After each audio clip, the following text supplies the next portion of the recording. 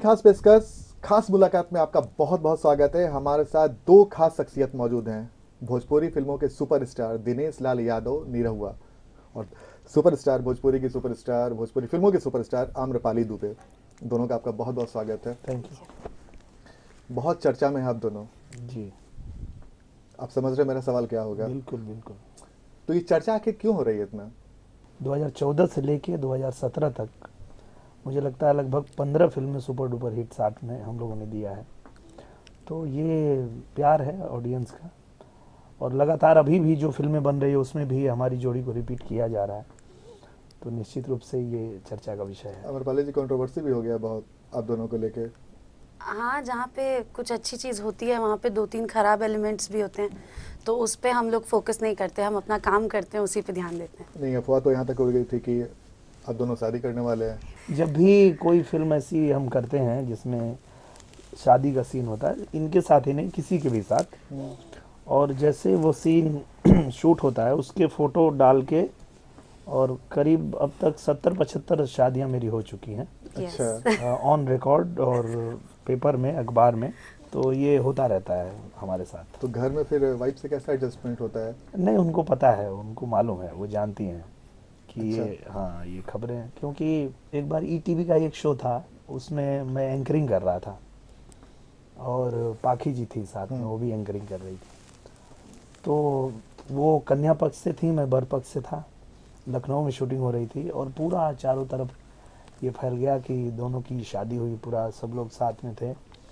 तो जो हमारी इंडस्ट्री के लोग थे, मैं जहाँ जा रहा था सब लोग बधाई दे रहे थे, बधाई हो, बधाई हो। बोले थैंक यू थैंक यू। अच्छा, आपने बधाई स्वीकार कर हाँ, लिया था? मनोज भैया मिले, मनोज भैया बोले दिनेश बधाई हो, अच्छा है यार, अपने हिसाब से जीवन जीना चाहिए। बोले हाँ भैया मज़े ले रहे थे, थैंक यू मतलब थैंक यू। खुश हो रहे थे। देखिए दिनेश जी, वो जब उस समय बधाई मिल रहा था आपको पाखी जी को लेके, जी। वैसे ही बधाई तो अभी भी मिल रही अभी होगी। भी मिल रही है, मुझे मिलती रहती है बधाई। तो बस वही तक, बधाई तक ही ना? जी जी बिल्कुल बिल्कुल। ठीक है, फिल्मों में कैसे आ गए? जब मैं बचपन में टीवी देखता था, टेलीविज़न पे फिल्में देखता था, कुछ भी देखता था, यहाँ तक कि वो जो टीवी पे भक्ति भजन के गाने आते थे, तो उसमें जो लोग पीछे बैठ के अपना ताली बजा रहे हैं, मैं उन लोगों को भी देख के खुश होता था कि क्या किस्मत है इन लोगों की यार, टीवी पे आ स्क्रीन रहे पे हैं। दिख रहे हैं। इच्छा जो थी हाँ। टीवी पे आने की, फिल्मों में आने की, वो प्रबल थी बचपन से। और घर में मेरे गायकी का माहौल था, पिताजी गायक थे, बड़े भैया हमारे बहुत बड़े सुपरस्टार हैं, गायक हैं, विजय लाल यादव जी। जी जी जी। तो गायकी में मैं भी आ गया, और संजोग की बात कि जब मनोज भैया की फिल्म आई ससुरा बड़ा पैसा वाला, उसने भोजपुरी सिनेमा को एक नया जीवन दे दिया। भोजपुरी सिनेमा जो लगभग बंद हो चुकी थी, बनना मतलब ख़त्म ही हो चुकी जी थी। जी। उसके पहले एक रवि भैया की सैया हमारा आई थी, उससे शुरुआत हो चुकी थी। ससुरा बड़ा पैसा वाला ने एक गायक के रूप में एक नायक को दिया, और भोजपुरी इंडस्ट्री बहुत तेज़ी से चलने लगी। उसी फिल्म के जो प्रोड्यूसर थे सुधाकर पांडे जी, उन्होंने जब देखा मेरा एल्बम हिट हुआ 2003 में, निरहुआ सटल रहे, तो उनको लगा कि इसे भी मौका देना चाहिए। अच्छा, वहां से शुरुआत हुई तो फिल्म। उन्होंने मुझे तो पहला मौका निरहुआ दिया। सटल रहे, उसका एक जो गाना बहुत हिट हुआ था, हम चाहेंगे कि हमारे दर्शकों को पहले आप वो गाना जी, सुना उसका जो सबसे हिट गाना था, जिस गाने को सभी लोगों ने पसंद किया, यहाँ तक कि जो प्रोफेसर थे कॉलेज के, वो भी अपने स्कूल में कॉलेज में जाते थे तो वो लोग गाते हुए एंट्री करते थे, हमको बताते थे लोग। कुचुर कुचुर आँख करे बार भयल झौआ, बलम हो ले औता तेल गम कौआ। तोहरे मुहर कम का सोर पूरा गौआ, छछुनरो का करबू तेल गमकौआ। ये गाना काफ़ी लोकप्रिय हुआ था उस एल्बम का, और इसको यहाँ से दिनेश लाल यादव के करियर ने नया सेट लिया। जी बिल्कुल। 2003 से अगर हम बात करें तो। जी जी जी दिनेश जी, आप तो बहुत अच्छे गायक भी हैं, जी। अब तो सुपरस्टार भी हो गए। कभी एक समय ऐसा भी आया होगा जब आपको लगा होगा कि नहीं जा सकता फिल्मों में, उस समय कोई एक ऐसा तो आइडियल होगा जिसने आपकी बहुत मेहनत की, आपके ऊपर बहुत मेहनत की होगी आपको आगे बढ़ाने में? बिल्कुल, मेरे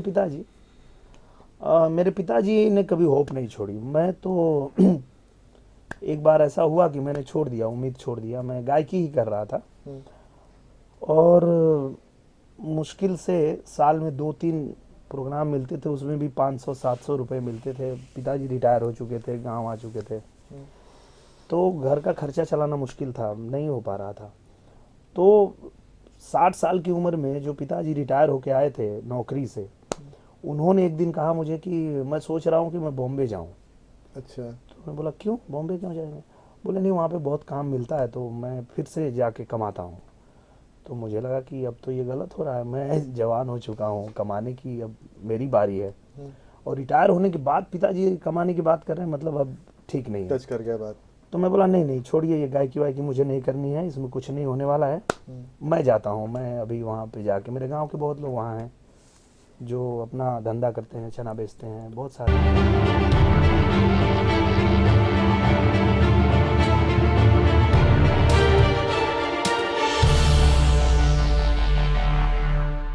एक के बाद एक बार फिर से आपका बहुत बहुत स्वागत है हमारी खास पेशकश खास मुलाकात में। अब रूपाली जी, मैंने आपसे एक सवाल किया था जी। कि भोजपुरी फिल्म हिट क्यों नहीं हो पा रहा है। एक समय था धरती मैया, लागी नहीं छूटे रामा, बलम परदेसिया, न जाने ऐसी कितनी फिल्में बनी जिसके टिकट के लिए मारा मारी होती उस समय। जी। अब तो कब फिल्म आती है कब फिल्म चली जाती है पता ही नहीं चल पाता है, और वल्गरिटी इतनी ज़्यादा बढ़ गई है कि हमको लगता है कि अगर आप लोग किसी फिल्म में काम करते हो, फैमिली के साथ बैठ के देख लेती हैं। जी, हम लोग तो जिस फिल्म में काम करते हैं उसे देख लेते हैं फैमिली के साथ। एक्चुअली क्या होता है ना, यहाँ पे 90% ऑफ सिनेमा जो बनता है उसी में जो 10% अच्छी फिल्में बन रही है उनको भी उसी में गिना जाता है। पर 10% कुछ ऐसी फिल्में हैं जो अलग हैं, जिसको आप जाके देख सकते हैं। आज हिट भी नहीं हुआ है। भोजपुरी फिल्मों की जो मिठास है वो किसी से छुपी नहीं। आज भी अगर आप पुराने गानों को गुनगुनाएंगी तो लगता है कि शायद कहीं खो गए। आपने बहुत सारी फिल्मों में काम किया, कोई ऐसा गाना जिसको पिक्चराइज करते समय आपको ऑकवर्ड लगता हो, ऑकवर्ड फील हुआ हो कि क्या यार ये क्या गाना का लाइन है, कैसे हम इस गाने को गाएंगे? अगर ऐसा कोई काम होता तो शायद मैं उसे करती ही नहीं। आखिर ऐसा क्यों होता है, पर्दे पे हमें ऐसे गाने क्यों सुनने पड़ते हैं?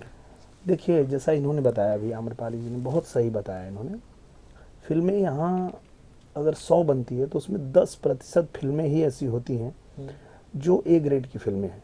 90% अगर फिल्में ऐसी बन रही हैं और 10% ही जिसके बारे में आप क्योंकि लोग जो जेन्युइन लोग हैं 10%, तो कीजिएगा क्या? लेकिन दिनेश जी, सवाल तो यही है ना कि 90% अगर फिल्में ऐसी बन रही हो तो 10% फिल्में कितने दिनों तक चलेगी, ये भी तो बहुत बड़ा सवाल है। यही 10% उसकी आत्मा है और ये चलेगी, और इसके दम पे ही चल रहा है सब कुछ। अच्छा, एक सवाल मेरा और भी है, वल्गरिटी भोजपुरी फिल्मों में इतनी ज्यादा क्यों हो गई है? नहीं है, बिल्कुल नहीं है। तो आप कैसा अगर कैसा गाना बनता है? आप वो गाने एल्बम के गाने होते हैं जिसको आप अगर कंपेयर करेंगे फिल्मों से तो हम उससे बिल्कुल सहमत नहीं हैं।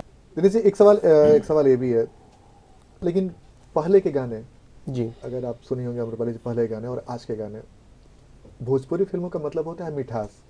वो मिठास खोती जा रही है। अगर नहीं खोती जा रही है तो आप एक गाना हमें सुनाएं।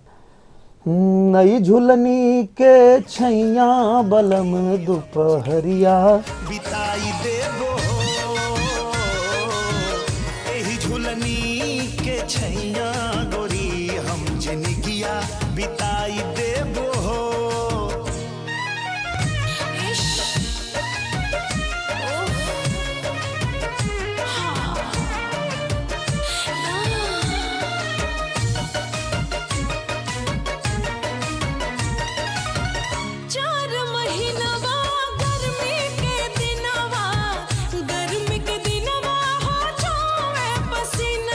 तो गाने तो अच्छे आज भी बनते हैं, ऐसा नहीं है।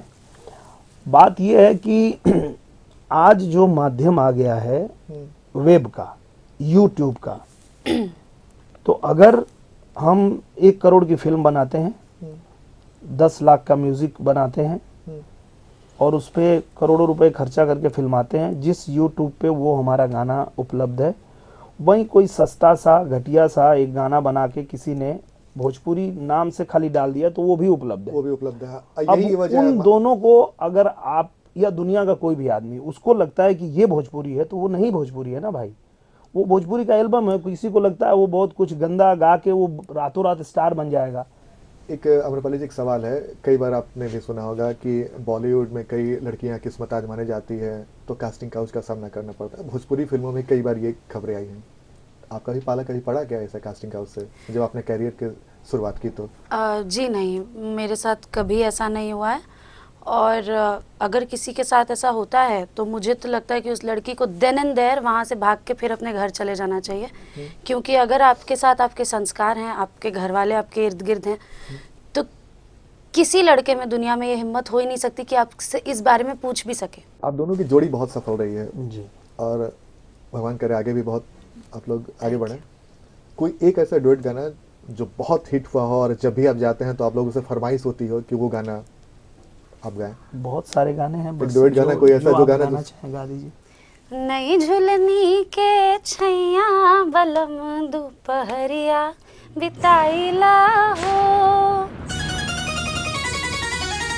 4 महीनवा बरखा के दिनवा, बरखा के दिनवा में भीगे बदनवा।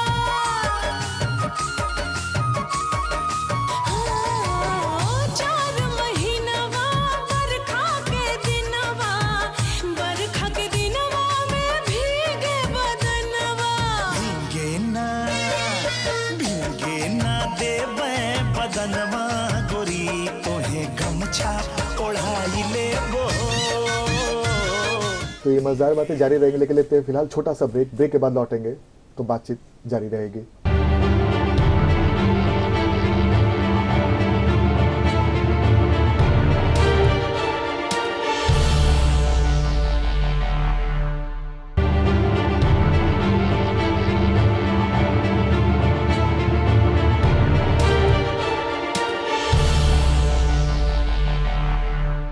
तो ब्रेक के बाद एक बार फिर से आपका बहुत बहुत स्वागत है हमारी खास पेशकश खास मुलाकात में। दो खास शख्सियत दिनेश लाल यादव निरहुआ और आम्रपाली दुबे। ये निरहुआ क्यों लगा? निरहुआ रिक्शा वाले से तो लगा, ये तो समझ में आ गया, जी। लेकिन अब निरहुआ से कितना फायदा मिला दिनेश लाल यादव को? निरहुआ की ही देन है कि मैं अभी आपके सामने बैठा हूँ, अच्छा। क्योंकि यही वो नाम है जो दर्शकों ने दिया मुझे। मेरा एल्बम जब आया था निरहुआ सटल रहे, हाँ। तो मैंने तो एल्बम पे लिखा था गायक दिनेश लाल यादव, लेकिन मैं जहाँ भी जाता था लोग मुझे निरहुआ कह के बुलाते थे। तो एक फिल्म, जो पहली फिल्म मैं शूट कर रहा था, तो जब कोई आता था ऑटोग्राफ लेने तो मैं लिखता था दिनेश लाल यादव, तो लोग बोलते भैया निरहुआ लिख दा। अच्छा। तो मैं गुस्सा होता था, मैं बोलता था क्यों, मेरा नाम निरहुआ है क्या? दिनेश लाल यादव नाम है तो वही लिखूंगा ना। तो उस फिल्म की जो हीरोइन थी स्वाति बाजपेयी, वो बगल में बैठ के नोटिस कर रही थी। तो उन्होंने बोला अगर आपको ये लोग उसी नाम से जानते तो आप वही लिखिए ना, आप क्यों उनको जबरी बोल रहे हैं ये नाम? तो आपको मेरा अच्छा है। लगने लगा? तो मैं बोला बात तो सही है। फिर उस दिन से मैंने भी निरहुआ लिखना ही शुरू कर दिया और लोग उसी नाम से जान रहे थे, उसी नाम से बुला रहे थे। तो इसलिए हम चाहते हैं कि उस फिल्म का कोई एक ऐसा डायलॉग जी, जिसने धूम मचाया था उस समय। आधी रात फुटपाथ पे मार के सूते पहुआ, बेटा हमरे नाम निरहुआ। दुलही रहे बीमार, दुलही रहे बीमार, निरहुआ निरहुआ निरहुआ सटल रहे, मंगर चाहे सोमहार जाके डटल रहे, मंगर चाहे सोमहार जाके डटल रहे, दुलही रहे बीमार, निरहुआ निरहुआ निरहुआ सटल रहे, दुलही रहे बीमार, निरहुआ सटल रहे। आपको कोई अपना कोई ऐसा डायलॉग जो बहुत पसंद हो? डायलॉग से ज़्यादा एक सीक्वेंस हम लोग शूट कर रहे थे।